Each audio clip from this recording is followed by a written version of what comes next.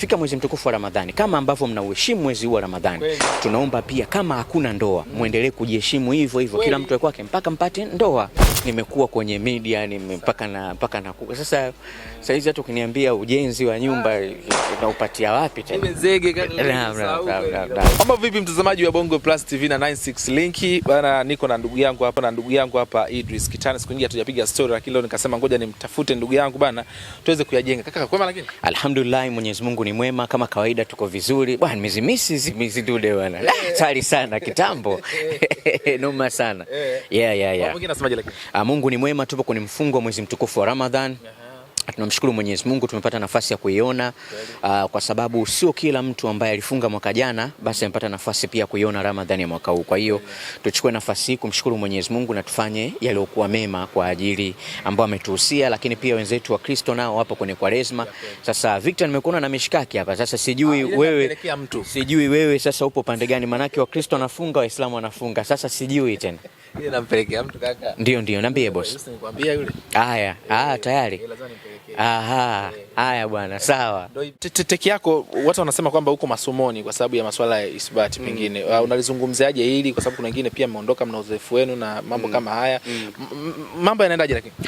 Tunamshukuru Mwenyezi Mungu. Kwanza nishukuru pia bodi ya ithibati, na wengi tupo masomoni sasa hivi, kama kwa sababu niwapongeze bodi kwa sababu wanataka kuifanya taaluma ya uandishi wa habari iwe professional, kama ambavyo mtu akitokea akisema daktari, yes, anaonekana daktari. Mtu akitokea akisema hakimu, yes, aonekana hakimu, aonekane kwa namna moja au nyingine, kwa sababu kulikuwa kuna mambo mengi. Though haiwezi kumalizika yote, lakini kwa hili wamefanya kitu kikubwa, lakini though ina athari zake pia, kwa sababu unaweza kukuta pia, ndio maana kuna watu wengine wanasema sawa, kwa sababu mimi ninachoamini pia utangazaji ni kipaji. Umenielewa vizuri? Na ndio maana leo kuna mtu anaweza kaamka akasikiza kipindi hicho kimoja tu, kuna mtu mwingine akabadilisha kipindi kimoja akabadilisha tena station yake, yuko huru. Kuna mtu kaenda tazama kwenye TV akamtazama mtu huyo mmoja. Washanifahamu vizuri. Mimi kwanza kwangu ninachoamini kipaji, lakini wao wametuaminisha kwamba kipaji lazima kipigwe msasa.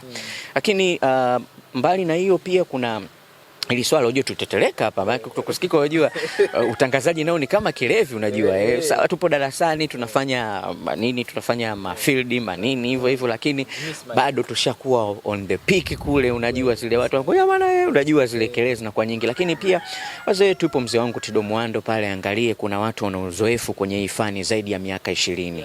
Wamekaa zaidi ya miaka 20, mimi nimekaa zaidi ya miaka 10, kuna watu wengine wamekaa zaidi ya miaka 15, kuna watu wamekaa miaka mingapi.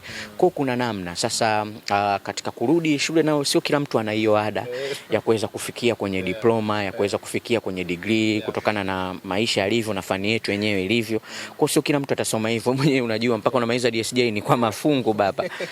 Mpaka itokee sijui umeenda kwenye place ngapi, habari maelezo umehudhuria mara ngapi, tunapata inakuwa shughuli. Kwa sio kila mtu anaweza kafika kule kutokana na hali ya maisha. Mimi nafikiri pia waanza kaliangalia hili, kwa sababu pia utangazaji vipaji vingi na nini vizuri, tukafundishwa uweledi, tukafundishwa ethics zetu. Unaweza pia wakatuhamishia shule kwenye mataasisi yetu kule, unatoka kwenye kipindi unapigwa shule, unamaliza kipindi unapigwa shule, kabla hujaanza unapigwa shule zile, unakumbushwa. Kwa sababu kama zamani nafikiri ilikuwepo, usipofuata ethics lazima uadhibiwe, utaadhibiwa na TCRA na kama muziki inavyokuwa. Nafikiri ni kitu kizuri, tungejisajili tu ambao mtu mpo kwenye nani, basi mtu asifuata maadili anani, kama ndugu yangu Zungu kavuka maadili juzi, kapigwa onyo pale. Niko naye leo. Azungu bwana. Mimi siku nilimwambia usiku kwanza. Nikamwambia kaka, nikamwambia hapo uwanja wa ndege wanagawa nini na nini? Akasema wanagawa kila kitu. Nikasema hebu viache unavokunywa kwanza. Mwisho wa siku umeona ni usikivu kama ule. Kwa hiyo mimi ningeliomba baraza la ithibati, kwa sababu na vipaji vingi ambavyo, na kama unaona sio siri, media nyingi ziliteteleka kutokana na hii situation, lakini wametukumbusha tayari tuna nani, mnaweza tunaendelea vizuri. Tunamshukuru Mwenyezi Mungu na tunaomba tuko chini miguu, tukirudi tena watupokee kwa dhati. Of course ni walezi wetu, kwa hiyo unaweza kaelewa japo kwa ina athari, lakini uangalie pia vipaji sana, maana sio kila kitu kinahitaji hivi. Mimi yani kuna vitu vingine. Ni hivi kweli lazima uonolewe ubongo ili ujue unakwenda kuzungumza nini. Ilishafika kipindi mtu anajiropokea tu. Kweli. Mtu anaamka asubuhi na defamation tu. Anamwataki mtu ana kisirani chake na Victor, basi akija redio kipindi kizima ni yeye. Na kweli tufika kipindi paka media mtu anakaa, yani mtangazaji anamseti mwezi, hebu nisifie leo. Yani ili upate mume kupitia au upate mke kupitia. Yaani unajua ni vitu kwa tulitoka kweli kwenye weledi wametukumbusha.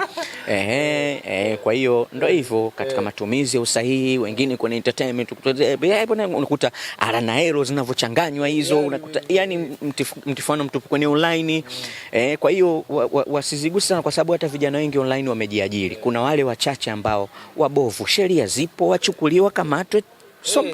Kuna vingine ambavyo vimezidi sasa. Kuna vingine ambavyo vimezidi, yani vile ambavyo vinajulikana. Lakini kuna watu saizi online zimewainua.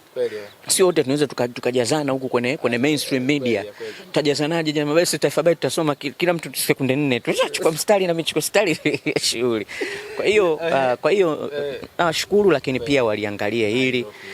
Wazipitie tu. Najua serikali yangu ni sikivu. Mheshimiwa Grayson Msigwa yuko. Kine pia yupo mwana FA bilioni 2. Manake hii hali pia inatuathiri saikolojia sisi kama vijana. Manake hapa unanistaafisha kabla ya umri wangu. Wengine sio umekaa.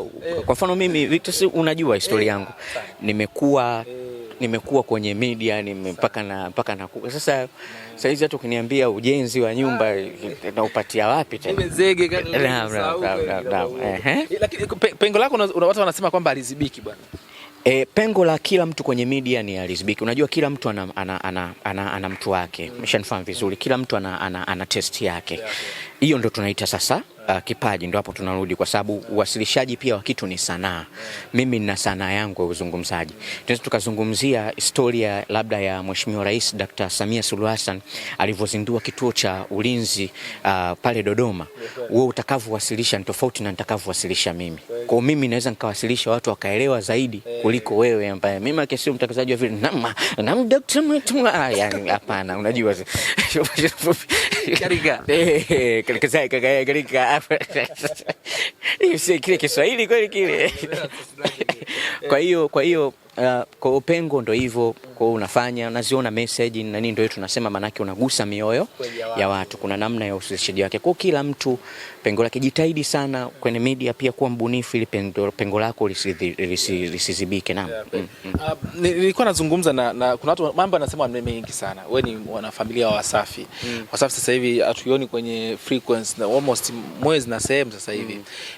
Nilimsikia Baba Levo alitamka bana, unajua Wasafi sijui hivi na hivi imekufa. Alikuwa alizungumza mambo mengi sana. Nadhani ulisikia press yake ile. Kwa nini Wasafi hatuisikii kwenye mainstream? Nafikiri nasikika, sinapigwa muziki, si ndio? Yani manake ile inakuaga kuna kitu kinaitwa, tumetoka mwezi wa 12. Sasa hivi nafikiri watu wengi ndio media nyingi zimesahau ule utamaduni. Zamani ilikuwa mwezi wa 11 kuna kitu kinaitwa chimbo. Mnaenda mnajichimbia. Kwa hiyo media inapiga kwa kipindi almost mpaka mwezi wa 2 hapa ndo mnakuwa mnarudi tena hewani. Kwa hiyo nafikiri kutokana na yeye tu mkurugenzi anataka maboresho, na mimi nategemea pakubwa kutoka kwake. Kwa hiyo ngoja tusikilizie tuone kitakachokuepo, japokuwa watu wameaga. Unajua zile watu wameaga. Unaona ile kuagaga kwingi kulikuwa. Manake hakuna marefu yasiokuwa na ncha, japokuwa kuaga kuna lakini mwisho wa siku likitokea la kutokea unaweza kaaga. Of course ni taasisi ya mtu binafsi, anaweza kaamua kabadilisha kiwe kitu kingine, akaamua kiwe kitu kingine, lakini bado tuna matumaini, japokuwa ameaga, lakini bado tunaipenda. Kwa hiyo muombe tu mkurugenzi. Basi sijui itafanyaje tena. Ni taarifa ya mtu gani ilikuuma sana ulivyosikia anaaga pale? Anaaga. Mimi bwana alivyokuwa aliongea kwa uchungu nani mzee wangu Mende Gerard Ando. Gerard unajua na kitambi fulani hivi mbonyeo. Ndugu zangu nikasema basi nikajisikia vibaya ile theme yenyewe. Unajua tushakuwa familia nini, sasa ile kuagana tena, pokuwa hata hivyo tulikuwa tunaonana, unajua. Kwa hiyo ni kitu almost pale watu kwa wengine tumeingia pamoja miaka 6 pale, tupo pale. Kwa hiyo kuagana siku zote almost kuna unajua zile maana Gerald akakwambia ni wakati sasa wa kuangazia, na kweli kwa umri ni kilimo kinamfaa cha mboga mboga, matikiti spinach watu wakalime watu tukajaribu kaka. Anafanya mazoezi sana na muone anapiga mazoezi mazoezi ni muhimu. Unajua unasema mazoezi yanaondoa msongo wa mawazo. Mazoezi pia kwa ajili ya umri, afu kiangalia na vyakula tunavyokula, mazoezi ni muhimu lakini blazangu ni mapitio yake, mazoezi ni muhimu sana. Ili nasikia una ofa nyingi sana. Napewa naambiwa mara mjini, mwingine wananiambia bana Crown, wengine wananiambia pia la shirika la taifa la utangazaji pia linakutaka pia. Hizi ofa unazipokeaje na vipi hasa? Tutegemee lipi kutoka kwako? Hii ni kazi bado ni ajira. Kama nilivyokuambia bado mimi nipo masomoni, lakini bado mimi nipo Wasafi, kwa hiyo bado niko masomoni. Kwa hiyo ikitokea tuseme heri inshallah. Tuombe kwa Mwenyezi Mungu kwa sababu ni kazi, kwa hiyo popote inaweza kawa kambi, basi inshallah naweza nikaingia pia mkanikuta nipo SUA huko namfundisha Panyamagawa kutatua mabomu mara nini, unajua zile. Kwa hiyo hivyo ndugu yangu, nilikutana na andiko moja mtandaoni limeandika kwamba ujio wa Crown umeishusha Wasafi. Hivi kuna uwezekana kuna kweli katika hilo? Sidhani. Kila media ina base yake, umeshanifahamu vizuri. Kwa hiyo sidhani kwa kila kitu kinakuwa kina nguvu yake. Ushindani ni kawaida sana kwenye hizi media. Ushindani ni kitu cha kawaida, ndio maana tunasisitiza ubunifu. Sasa ndio hapo unaingia hapo na ushindani uko hivyo. Sasa kwa sababu mlengwa wa Wasafi unajulikana, na mlengwa tamaduni tuseme za Wasafi zinajulikana, tamaduni za Crown pia zinajulikana, na tamaduni za TBC zinajulikana, tamaduni za kuna kitu kikitaka utakipata Media House, kuna kitu kikitaka unasema hapa mpaka nione TBC, kuna kitu kikitaka muziki unasema mpaka nisikize Wasafi, kuna kitu kikitaka mpaka usikize huku kwa Media House hivyo. Lakini mimi naamini bado tulikuwa katika Wasafi, tulikuwa katika ushindani, tulikuwa katika mbali kabisa in terms of kusikika matamasha nini na nini. Lakini nafikiri si ndio turudisha uhai wa matamasha Wasafi Festival, nafikiri ndio tumerudisha. Kwa hiyo wasanii wengi tumeona sasa kumetulia kimya. Kwa hiyo kila media ina sehemu yake, na ndio maana kila kipindi hata ukiamka asubuhi utachagua hiki nataka kusikiliza, nisikie hiki niweke wapi, nikisikiza hiki niweke wapi. Lakini nafikiri Wasafi ipo katika level yake ile. Okay, sawa. Tugeukie hili. Boss wako Diamond amenunua gari. Ni aina ile inaitwa nini, Sprinter ile. Niliona bonge la gari kusema kweli. Maneno yalikuwa ni mengi sana, wengine wanasema bana gari la zamani, kwa level yake aliyofikia, sijui atakiwa aoneshe gari la zamani na nini. Japo kwa yeye mwenyewe kuandika kama ni mpya ama la. Unadhani kwa nini maneno yalikuwa ni mengi sana? Ilikuwa ni gari namna gani ile? Okay. Ndugu yangu una simu hapo ina bando? Mambo kwa ushahidi. Unajua mambo saizi vitu vipo nani. Bwana, kwanza kimsingi niwaambie watu tu wamepagawa. Ile gari ilikuwepo katika convoy ya Diamond Platnumz. Kama unakumbuka kipindi ambapo watoto wake wote wamekuja, wale wa South Africa wamekuja, yule kutoka Nairobi amekuja, gari ilikuwa inatumika kifamilia ni ile. That's a luxury car bro. Inaitwa Mercedes Benz. Lete tu Google hapo nikuonyeshe ndugu yangu hapo. Ngoja nionyeshe mambo na evidence. Acha nichambue. Alafu nakusimu mleta kwenye uchambuzi bwana. Acha nichambue. Uchambuzi wa magari. Uchambuzi mzito, alafu nakuja kukuambia sasa mzigo gani ambao unakuja. Ambao nakuja kuwategemea kuja nao. Alafu nije kukuambia kwa nini hizo gari. Okay, sawa. Naona kijana wangu anaweka bando pale ili akupatie mara moja. Lakini ni gari nzuri. Mambo top test bati. Una bando wewe? Andishi gani au pop to beteni namna hii? Wandishi vipi? Tunaishi vipi tena? Wakati tafutia tuendelee na nitataka nikuchambulie kwa sababu ile ni gari ya kifahari, luxury car. Ile inatumika na wasanii wakubwa. Lil Wayne anayo ile. Umeshanifahamu vizuri ambayo Birdman pia anayo. Kuna let's say kuna hata ukiangalia movie nyingi zile ambazo wanaact Madonna zile. Umenielewa vizuri, wanaact Madonna zile. Kwa mfano kuna movie moja inaitwa Gorge imetoka. Ukiangalia ile gari ipo Mercedes Benz Sprinter. Ile ni gari luxury kwa ajili ya matajiri kurelax. Kama utaki kuonana na dereva wako mbele. Ndio maana pale kuna screen kubwa, pale nje nyuma kuna luxury, unaweza ukakaa. Umenielewa vizuri? Umeshanifahamu vizuri? Ngoja tuigugu hapa. Tuigugu hapa. Mercedes Benz Sprinter.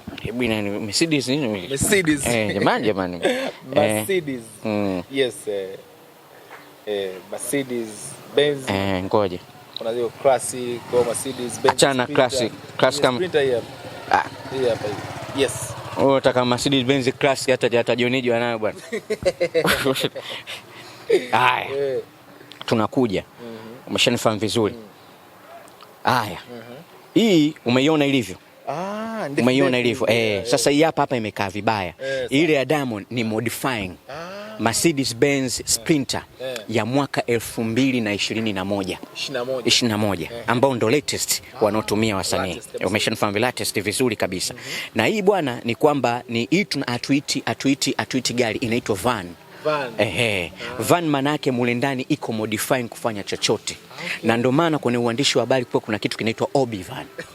Umeshanifahamu vizuri. Yaani manake imedesigniwa kurusha nini? Matangazo. Kwa ile van unaweza ukaitreat vile unafanyia. Ukiweka Obi van unaonaga ukiingia studio kwenye gari inavyokuaga. Umeshanifahamu vizuri. Kwa hiyo ni wewe mwenyewe kuweza kuangalia. Sasa nikwambie. Hii Mercedes Benz watu ambao wanaichukulia Sprinter.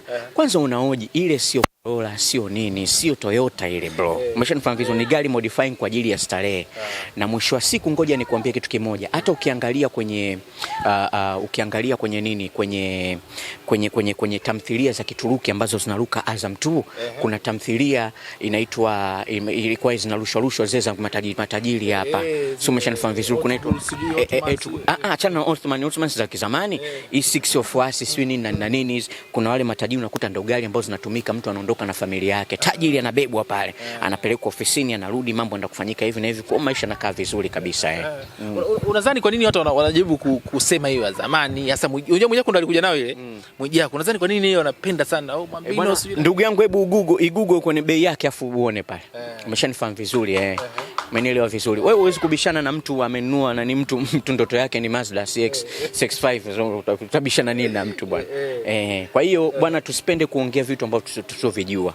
Sasa hivi gari ile nyingine kaamua kuionyesha, ile ni gari kwa sababu ukishakuwa star mkubwa utaki kujiendesha mwenyewe na unahitaji pia kupata privacy yako. Rolls Royce of course ni gari nzuri, lakini pale unaweza kaa na dereva huku nyuma. Sasa kwenye Mercedes unaweza have some fun, unaweza kawa na party kule, ndio maana inabadilika rangi, unakuta hata mtu wa nyuma pale anaweza simuone. Unajua zile ile ina partition 3.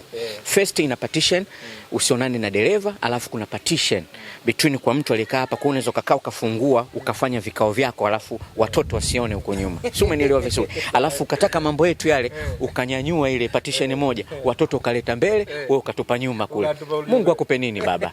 Ushanifahamu vizuri. Uchafuzi umenyoka. Sasa hapo ukiacha hiyo ana zile nini, ana zile Maybach kwanza zile Cadillac ziko hizo mbili, umeshanifahamu vizuri, ambazo zile azichuji. Zile unaziona hata kwenye msafara wa rais wa Marekani, unaziona kwenye matuzo ya Grammys wapi, ndio inapelekea wasanii pale. Alafu kuna Rolls Royce ziko pale, umeshanifahamu vizuri. Alafu pale kuna kitu kinaitwa, umekisahau, kuna Land Cruiser V8. Wabunga sana wanapenda kuzitumia. Sasa ile modifying kwa ajili ile gari yake hata ina sense bomb. Ni presidential. Umeshanifahamu vizuri. Ziko hizo mbili pale. Umeshanifahamu vizuri. Black alafu kuna white. Alafu ukija kuna kitu kinaitwa Bentley. Bentley sasa hiyo baba, ukipata mpira ule ndio unanesa tu namna hii. Alafu ndio nakuja sasa Mercedes Sprinter hiyo. Alafu sasa kilichopo kwenye maji linakuja aweka hapo dhanio Bugatti. Wewe. Bugatti inakuja? Bugatti inakuja. Usiniambie? Inakuja Bugatti latest ya mwaka 2025. 2025 Bugatti. Personal made. Yaani ile 2000, unajua ile Bugatti wewe ndio kununua kama unaenda si huko kwa Istanbul, unaambia nataka Bugatti. Ile unaenda kiwandani. Unatengenezea. Unajui kuona ile msanii mkubwa akifungua ama viongozi ama tajiri akifungua, unalitoa na champagne yake kabisa ile na jina lako champagne, nakwambia congratulations Mr. Nasib Abdul Dama Platinum for buying Bugatti. Wewe bwana, maisha raha bwana wewe bwana. Hili ni bwana, kila mtu anazitaka jamani. Basi tu bwana, nimeona bwana Bizuchu bwana ameandika kwenye mtandao wake bwana, kula kasema bwana, anayempigia mume wangu jina lake linaanzia na A. Hebu waache mara moja hiyo tabia. Yule si ndo Amanda, sishatoka. Si Amanda. Si ndio wimbo wake ule Amanda Kumbe? Umeelewa vizuri. Kwa Amanda pia ameendelea kuzipiga hizo simu. Ameendelea kuzipiga na Amanda wako wengi of course. Kwa hela hizo nazo na umaarufu usitegemee kwamba unafikia hata simu anakosa ule hata simu 500 kweli unafikia. Hizo DMs ndio usiseme hapo. Umeelewa vizuri. Akisema ziacha hadharani kuna watu watabaki midomo wazi. Unamsema. Kwa level yake. Ukuta upo Kigamboni umelala mke wako ka DM. Changamoto jamani. Tumuombe Mwenyezi Mungu kusema alhamdulillah kwa tulichokuwa nacho. Mwenyezi Mungu atujalie zaidi. Naam. Mwezi wa Ramadhani unajua nimeona pia Mwijaku alitoa ushauri wake kwa Harmonize na Kajala bwana, mwezi huu asifunge pamoja, asikae pamoja na nini. Kisherehe ikoje hasa dini kwa dini sio kwamba, na hii sio tu kwa Kajala pamoja na Harmonize peke yake. Dini haina mwezi wa Ramadhani. Yaani watakiwa hata wale ambao wengine wanasema sijui eti umefika mwezi wa Ramadhani nenda kwenu na mimi nibaki peke yangu. Yaani bado hujafanya kitu, kwa sababu mwingine unataka unasubiri eti ukifika siku ya Eid ndo arudi tena nyumbani. Bado. Kwa hiyo Mwijaku anajifanyaga anajua dini, lakini tuseme inna lillahi wa inna ilaihi rajiun. Pale kapotoka vibaya mno. Kusema kwamba eti mwezi wa Ramadhani mwatenganisha, wahimizeni watu wafunge ndoa. Hakuna mwezi mtukufu wa Ramadhani. Kuzini ni kuzini. Usiseme kwamba hata ukimuona mtu unasema bwana jitenganisheni kwa ajili ya mwezi mtukufu au kwa ajili ya Kwaresma. Sio kweli. Himiza watu wafunge ndoa. Unakuwa hujafunga kitu brother. Dhambi kubwa ambayo Mwenyezi Mungu kaita ni zinaa.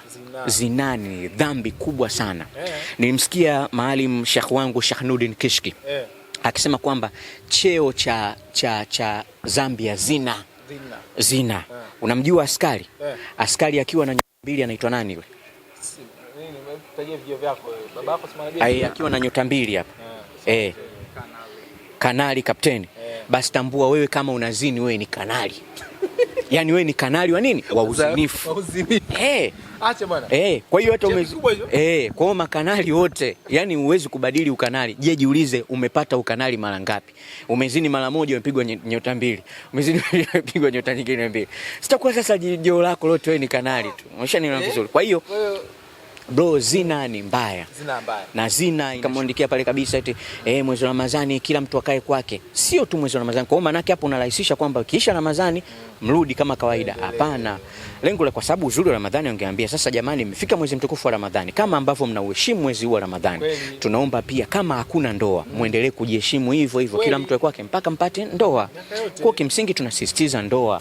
Mwenyezi Mungu anasema wala takrab zina, tusikaribie zina, hakika zina ni uchafu. Ni uchafu. Jiulize ndugu yangu, umepata tangu ufanye zina, umekula zuma mara ngapi? Utakufa figo wewe. Umeelewa vizuri? Figo zinachuja kila siku mambo yako, zinachuja dawa. Kitu kizito kabisa. Wewe Ijumaa, Jumamosi, Jumapili, Jumatatu una dozi. Inna lillahi wa inna ilaihi rajiun. Kwa hiyo mimi nahusia ndugu zangu, hakuna kitu kusema kwamba mtenganisho kwa sababu Ramadhani. Hakikisha Ramadhani unajisafisha kweli kweli.